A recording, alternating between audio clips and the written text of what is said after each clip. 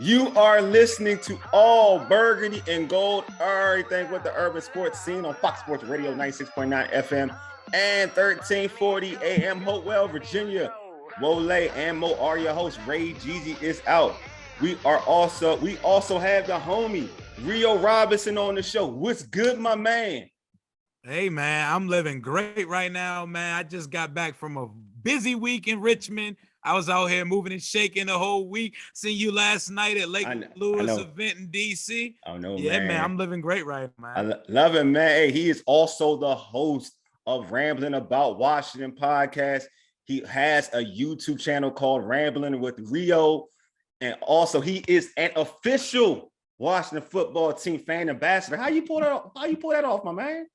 Yes, sir. You know, I caught, you know what I'm saying? I caught a nomination, and then with a 10 to 15 minute interview, all I got to do is show some personality, man. I mix it up with everybody. I love to talk. I like to get my shit off, and I like to talk Washington football and sports in general, man. I have fun with it, man. It's my passion, man. I love it, man. We love it. So, first off, go on, Mo. Would you say, Mo? How this show going down today? I already know how this show going down today. You already see, right? You already see it, right? Because when you say, hey, so you don't even know, but my man, I don't know if Mo is not a Washington football team fan. Oh, okay. He just, he gives us a different flavor, though. I like it. Guess he is actually, he's in the division, not the other team. He's one of the teams, not the other team. No, not even that team. I can tolerate that team. Nice. Yes, the blue guys. Oh, the brawlers. They was out there brawling about to hurt their quarterback today. Yeah. Don't worry. Look at it. Don't worry about it. Oh man. Sometimes, you just got, restore order. I feel you, man. Hey, subscribe to our podcast on Spotify, Stitcher, iTunes, and Google Podcasts. Just search All Burgundy and Gold, everything with the urban sports scene. Also tweet us at Urban Sports Scene and hit us up on our Urban Sports Scene Facebook page. It's time for the pregame. Here's what we have on tap. Like I mentioned, my man Rio he's been at training camp. He told you about it. He was busy doing the darn thing. So we're gonna dive right into those training camp topics. Yes, sir. I'm gonna come see it with my eyes, the fan experience on Friday. Mm-hmm. Oh yeah. Oh, it's gonna be a time. But too. I need you to let me know, man. Hey, I'm sure. I've seen the whole clips of the little dance team and all that. But let's jump right in. Man, so far, man, who's standing out in camp right now, man? Who's standing out in Washington football team camp? My first lasting impression was Landon Collins looks outstanding. He looks lighter than I've seen him since he's come into the league, and coming off an Achilles tear, that is so important. You can't carry around that extra thickness when your ligaments and stuff are so delicate coming off. That injury is usually game over for players. Seeing how he's one of the first players out, he's flying around, seeing him and Curl next to each other, it's a thing to see. I like the young corner, St. Juice. He looks like he's ready for smoke. He looks like he's ready to get on the outside opposite Will Jackson at some point and slide Fuller on the inside. Moreland looks great. The defense is as advertised. They look dominant. They look very dominant. On the offensive side, Terry looks like he's ready to take it up to another notch. Like, he looks like he's ready to prove that he's in a class of receivers that no one's putting him in yet. William Jackson is a dog, and he wanted no parts of Terry McLaurin. Terry McLaurin looks like he's in another gear right now. Working with Doug Baldwin, you can tell his release, his movements, and the way he's walking around, he just looks different this year. And I know y'all want to hear about the quarterback. The first day, Heineke looked great the first day. The first day I was out there, I was like, oh. And also, I will put in, he was the first guy at practice every day. He was the first one on the field every day. But you got to do that when you're not trying to go back to ODU and do accounting class. You're trying to stay in the NFL. I'm not trying to go back to calculus ever again. Facts, man. Facts. Yes, sir. I saw you. But Go ahead. No, what was you about to say? Go ahead. Man, you hit on the name William Jackson, man. I've been seeing this guy get torched. Logan Thomas just caught something crazy on him today at practice. Terry McLaurin seems like it's a regular occurrence every day of practice. Pads, no pads, big free agent acquisition. I told that guy up there something about him. I want to get your take on how they're going to play him in this defense. Oh no, he looked good though. Like don't get it messed up. Like he looked good out there, but Terry just a different animal. They got him doing a lot of press stuff because that's what he does. He's pressing them, and with everybody else, he was locking dudes up. And even when Terry was getting him, he was running stride for stride with him. And Terry just a different animal, man. He's a different type of animal. But back to the quarterbacks. After the first day, Fitzpatrick pretty much humbled all the quarterbacks. So there's no quarterback competition. There's a very clear direction this team is heading in. There's a very clear guy who gravitates the locker room to him, and it's Ryan Fitzpatrick. He just brings this infectious energy. He's mobile. He's fun. He's yelling. He's getting guys hyped. Guys are all talking to him. He's just a too cool for school, swagged out dude. I really hope we can get 17 weeks out of him because I think he could actually produce here. And I think Ryan Fitzpatrick is what the difference is going to be with 17 this year. We already know 17 he's capable of a lot, right? He did that with the quarterback carousel you guys had last year. You think somebody's going to give him a chance. We know that Fitzmagic likes to give his wide receivers chance after chance after chance. And Terry's athletic ability. Oh hell yeah! I can Really already tell you he's giving everybody chances because it's just practice and he throwing them Eli Manning Super Bowl YOLO balls up. Like if he see you on the one-on-one, he like, shit, go get it. Go get it. Earn your paycheck. Earn your paycheck, man. I like it though, man. The vibes, everything. Camp just felt different this year, man. Speaking of another wide receiver, Wole.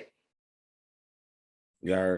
Oh, what? Do you want me? I'm supposed to go this? The other wide receiver. Oh my God! Oh, yo, Diami. You know what I care about? I care about Diami. You know I care about that. Operator. Okay, so I heard this is what I'm hearing right now. I want to get your approval. I want to get your stamp. All right. I'm hearing Diami looking like nobody can check him.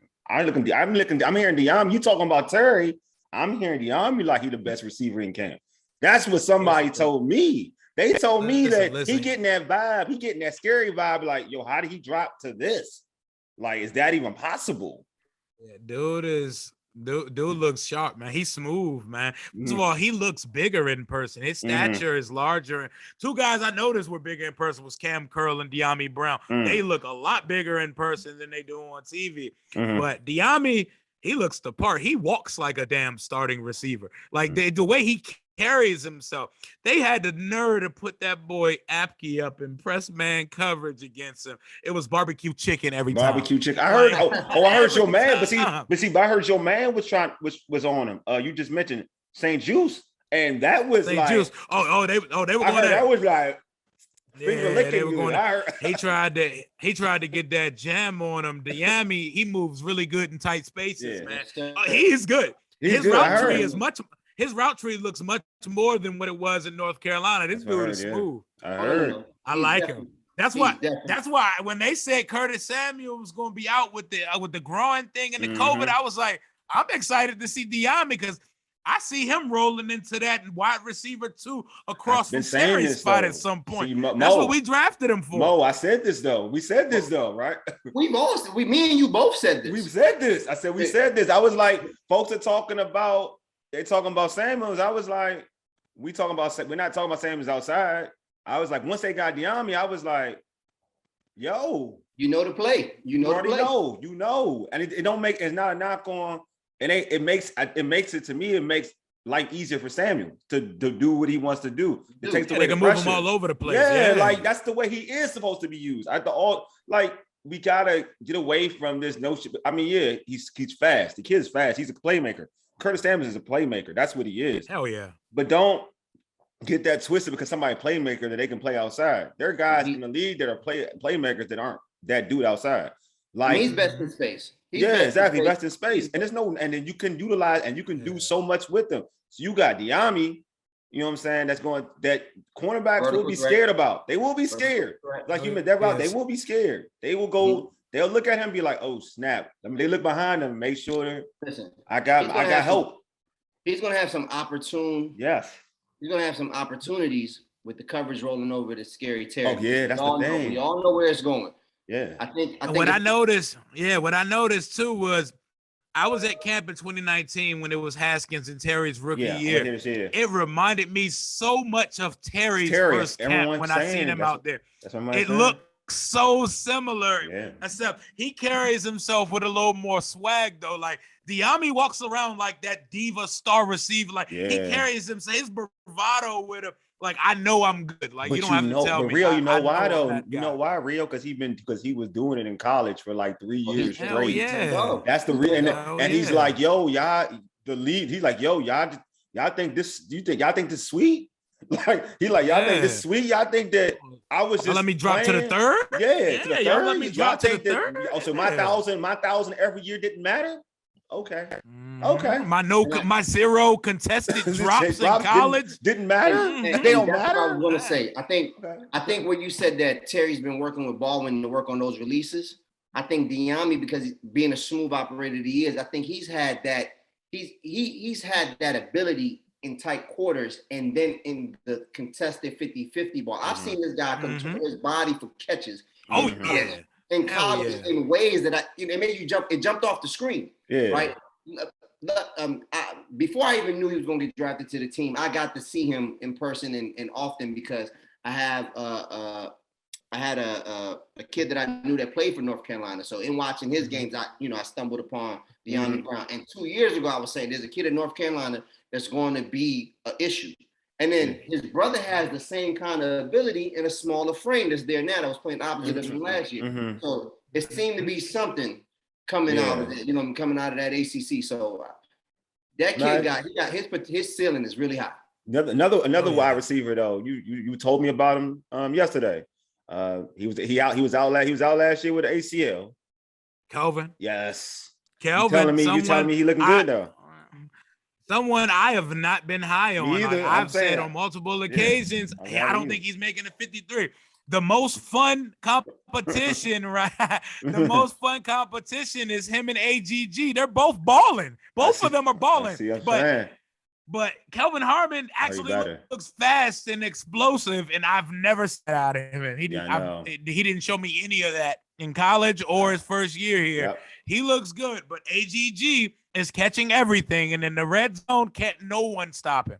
He's catching fades. He's the only fade ball, big body possession receiver we have in that room. And Ron drafted him. That's what we tell folks. Round. That's a mid-round pick, so he has the advantage. The previous regime took Harmon in the 6th round. Agreed. He is not owed anything, and he's coming off a catastrophic injury. Rio, however, he is a North Carolina State product. Ron and them had a lot of intel on Harmon because of the Carolina connection, right? I think that's why they gave him an opportunity to come back this year. Because a name that we're not talking about is Cam Sims. And I told Wole, I told Wole because you just said that AGG is the only big body receiver. That leads me to believe that Cam is probably not moving in the way that he needs to.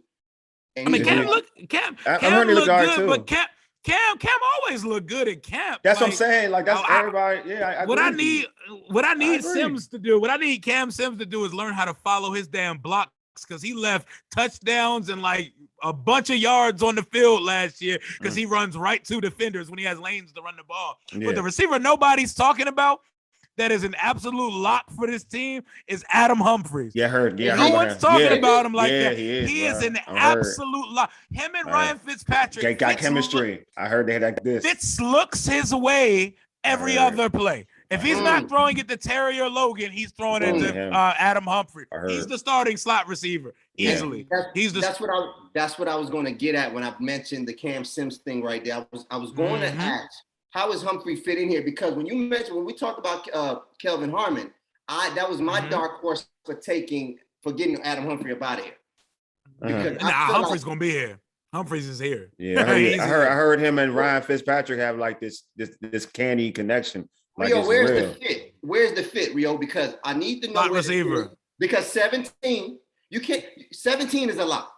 You're telling me Diami looks like 17 did coming in, right? So I think this is how it's gonna be. I think week 1, we're going to pull up. This is what it's going to look like. I think you're going to see Terry on one side. You're going to see Humphreys in the slot. You're going to see Curtis on the outside, but also moving around. I think you're going to see Curtis and Diami interchangeable on the outside. You're going to see him playing what Cam Sims' role was last year for the team because the last year we didn't have much talent at the receiver opposite of Terry. This year we have a room right now. I think Humphreys is a lock. He's going to get a lot of targets. Rio. He's going to get a lot of targets. Rio, you don't pay a man $13 million in the offseason to bring him here to tell him that he can't play where he's best suited, to tell him you're going to put Adam Humphreys there and then you're going to have him play. He's going to go 50-50 with a rookie. You got to tell me more. I don't see Curtis Samuels being typecasted in one specific role. Yeah, I see him getting a lot of carries out the backfield. Yeah, I see him doing a lot of jet motion stuff. I don't see him as a primary receiver. Like Diami might get more snaps on the outside than Curtis Samuel. Humphreys is going to get on that field. Diami should, because Diami has a layer to his game that the rest of them do not have. Curtis Samuel, it's just hard for me to. I mean, we already know don't make me say his name because Wole is gonna blow a gasket. The guy that calls the plays, right? So if you don't like my man Scott. My man Scott. You weren't supposed to say it, man. You're supposed to listen. Look, no, we're gonna say his name because look, It's like Candyman. It's like Candyman. How many times you gonna little Norv Jr. Let me tell you about Norv Jr., man. You have to give him the benefit of the doubt last year because he was working with the worst quarterback room in the NFL. He was working with a cripple and an idiot for most of the games last year, and we still managed to win 7 games. I will say this about. I know you talk about. I'm just saying. Like, there's certain things that I will not say his name because it's like I thought we said it twice. One more time. Who knows? He might pop up. Who knows? So I'm just saying, like you had a guy like when he was healthy, you had a guy like Antonio Gibson who played wide receiver in college, and we rarely got to see him be utilized in the passing game. And in terms of matching him outside against linebackers. And I just feel like when you got a guy like that, he's just new to playing running back.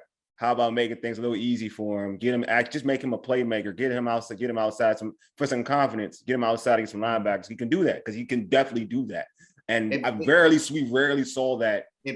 I just think they saw it so quickly that he's going to be the RB1 here that they were like, man, we gotta overwhelm him a little bit because he needs to get the majority of the touches out the backfield here. Yeah. And I think that's what, and also Scott just couldn't get in his bag last year. You can't get in your bag when you have one quarterback who can't throw the ball and another quarterback who refuses to. He can't only throw the running backs. I mean, but I think you're stretching the truth there, Rio. Did they say this guy was going to be running back number 1, or did they realize that nobody behind him could carry the rock because the guy behind him was number 2 on the team in receptions?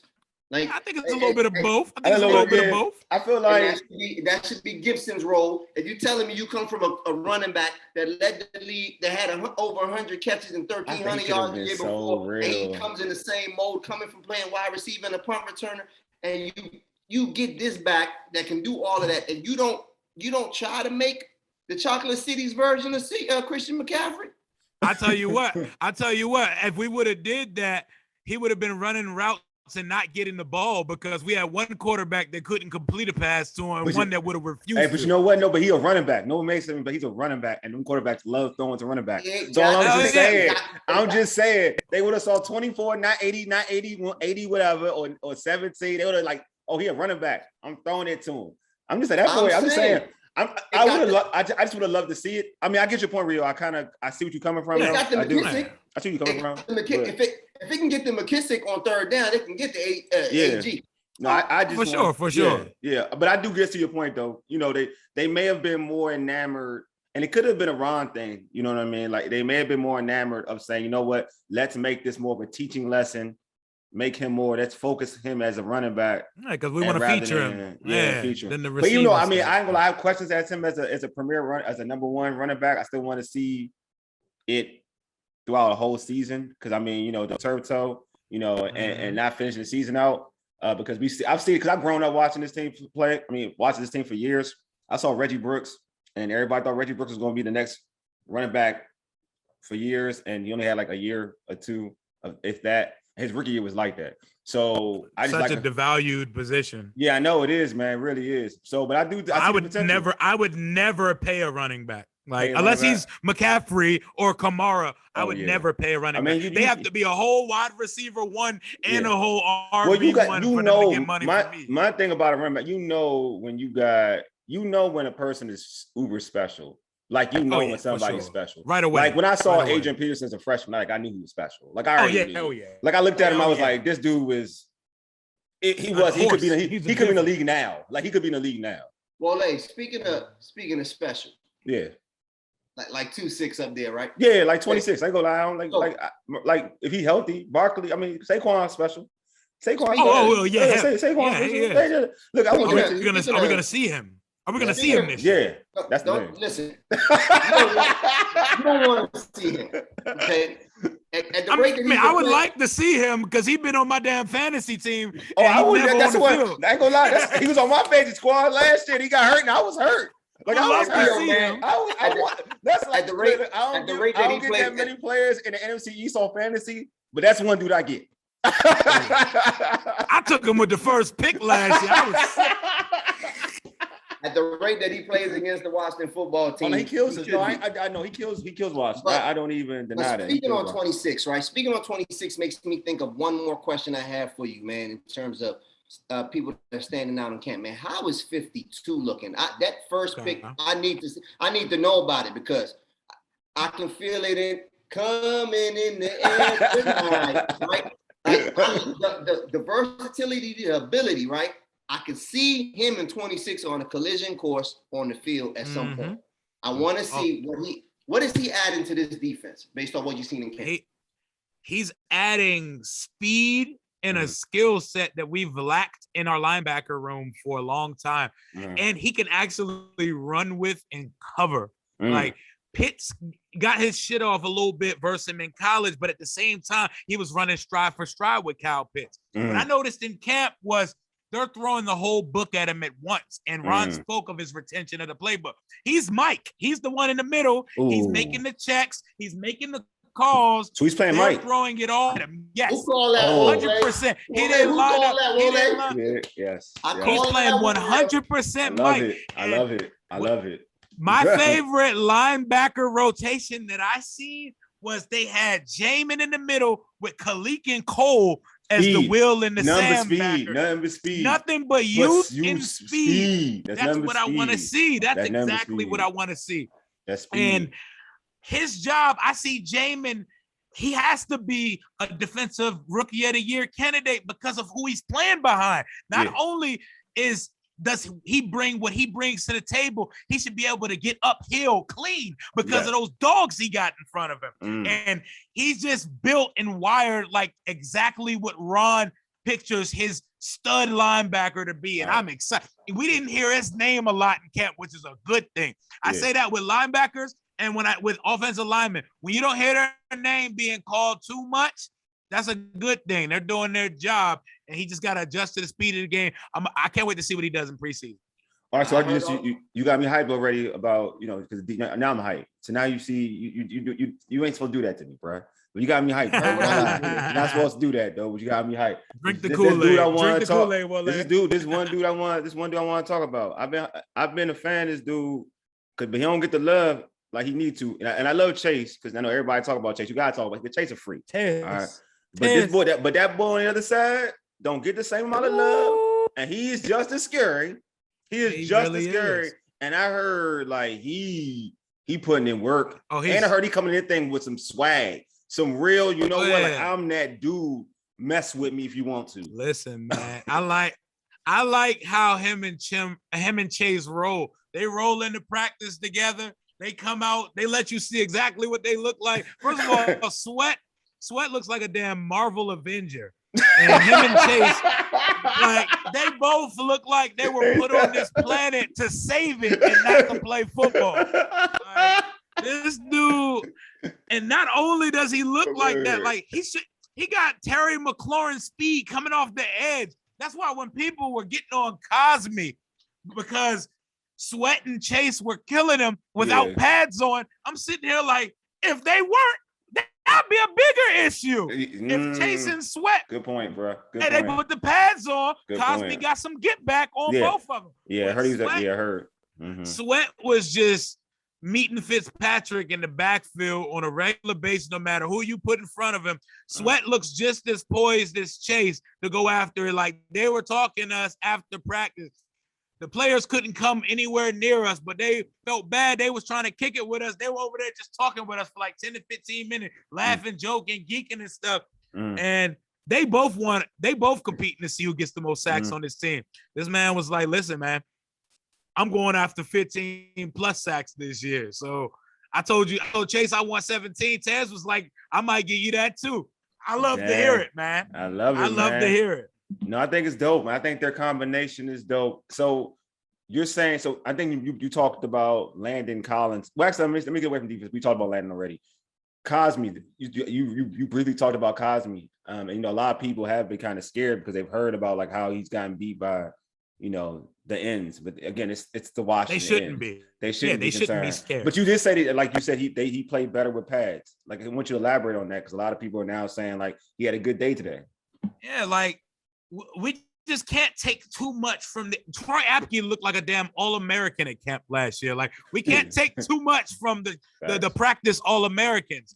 And also, when you don't have pads on as an offensive lineman, what the hell are you going to do against Sweat and Chase Young? You ain't going to beat them off the ball. So you can't hit them and get a good hand on them. So what are you supposed to do? You're not going to beat him in a foot race. Let's see this dude have a week of practice with pads, and let's see how he looks in preseason when the edge rushers aren't as athletic as ours on the other team. Morgan Moses was a seasoned vet. He couldn't block either of them in practice. So we should not be panicking off of a couple of days of getting his ass beat because iron sharpens iron. And that's how this O-line is going to get nasty because they got to go against them boys up front every day. I agree. I think the line will be better because they're going against them. But I still want to see them play scrimmage against another team or play a preseason game because it's all about competition. You get used to playing against somebody because you get to figure out what they do best or some of their little habits and traits. When you're going against somebody else, you don't know anything. You're going in blind. You know what you see on tape. That's different when you see them in person. So I want to see that. I think once they do that and once they compete with against another squad, scrimmage or preseason, whatever, I feel real comfortable in seeing like, all right, if we come out looking like this, I'm like, okay, they ready. Like they really ready. I do think that Diami going to be good though, because I feel like wide receivers are something that you kind of can gauge in camp. You can gauge a wide receiver in camp to a certain extent. For sure. But I think like in the trenches, linebackers, like D linemen, like that's something that offensive linemen, that's something you got to see in terms of straight out competition. I think we're gonna have no issues on the defense. I believe you. I'm with you on that, man. Rio, man, this has been dope, man. I gotta have you on, man. I gotta have you on again. I think you were awesome, my man. I love your energy. Oh yeah, I'm saying so. Before I let you go, how can folks catch you on social media? Remind folks, and also remind folks about your podcast and your YouTube channel. You can catch me on Twitter and Instagram at Rio_Robinson91. My YouTube channel, Ramble Rio Robinson, and my podcast. I just got these business cards made today by my boy Freddie Ham from HTWR. On the backside, I got all my information on there. That's my YouTube. That's my Apple, Spotify, anywhere you can find digital streaming platform, Rambling About Washington with Rio Robinson. And I'm a first-time season ticket holder, so you're going to be seeing me vlogging at FedEx Field every week once the season gets going, man. I love it, man. Keep the grind going, bro. I hope to see you at the game, my man. Yeah, man. Hope to see you there, man. Hell yeah. You know One last thing before I go. Go ahead, bro. LeBron James is the greatest, and I'm out. I love it. Hey, subscribe to our podcast as well on Spotify, Stitcher, iTunes, and Google Podcasts. Search All Burgundy, go Errrything with the Urban Sports Team. Also tweet us at Urban Sports Team and hit us up on our Urban Sports Team Facebook page. Hey man, I appreciate Rio for being on, man. My homie brought all the smoke, man. He brought all the smoke. Yes, sir. Hey, you've been listening to All Burgundy and Go Errrything with the Urban Sports Team on Fox Sports Radio. 96.9 FM, and 1340 AM. Hopewell, Virginia, for ages. You dig? Deuces, a mega. Lead us out, big homie.